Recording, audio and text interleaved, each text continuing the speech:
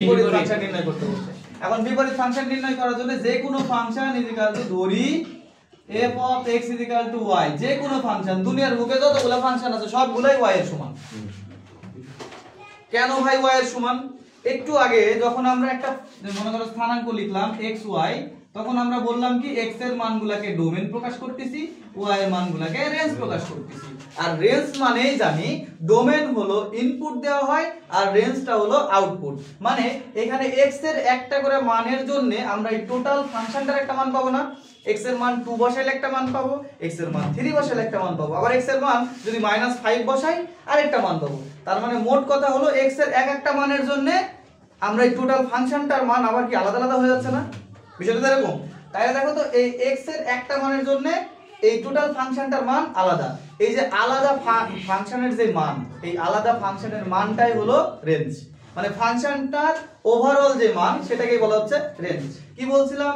যে domain input দিব, range output পাবো। ঠিক আছে? ইনপুট দিব ডোমেন আর আউটপুট হিসেবে যেটা পাবো সেটা হলো রেঞ্জ। তাহলে আউটপুট হিসেবে যেটা পাবো মানে টোটাল ফাংশনটার মান যেটা হবে সেটাকে বলা হচ্ছে রেঞ্জ। আর রেঞ্জ মানে y, তার মানে function is equal to y। বোঝা গেছে?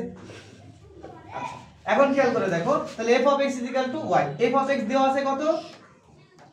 x - 2 divided by x plus 2 is equal to y। স্বাভাবিক। এই যে f of x is equal to এত। তাহলে f of x এর জায়গায় আমি কি করব? এটা বসাবো। বসানোর পরে ভাই লক্ষ্য না থাকলে আমরা কিন্তু কোথাও আগাইতে পারবো না। গোল মানে কি? লক্ষ্য। এই লক্ষ্য যদি আমাদের না থাকে, লক্ষ্যটা না থাকলে, লক্ষ্য নির্ধারণ করতে না পারলে আমরা কিন্তু আগাইতে পারবো না। ভাই এখানে লক্ষ্য নির্ধারণ করার এমন কি হইছে? এখানটায় দেখো y is equal to যেটা পাইছি, x is equal to আমাকে সেরকম একটা কিছু বের করতে হবে।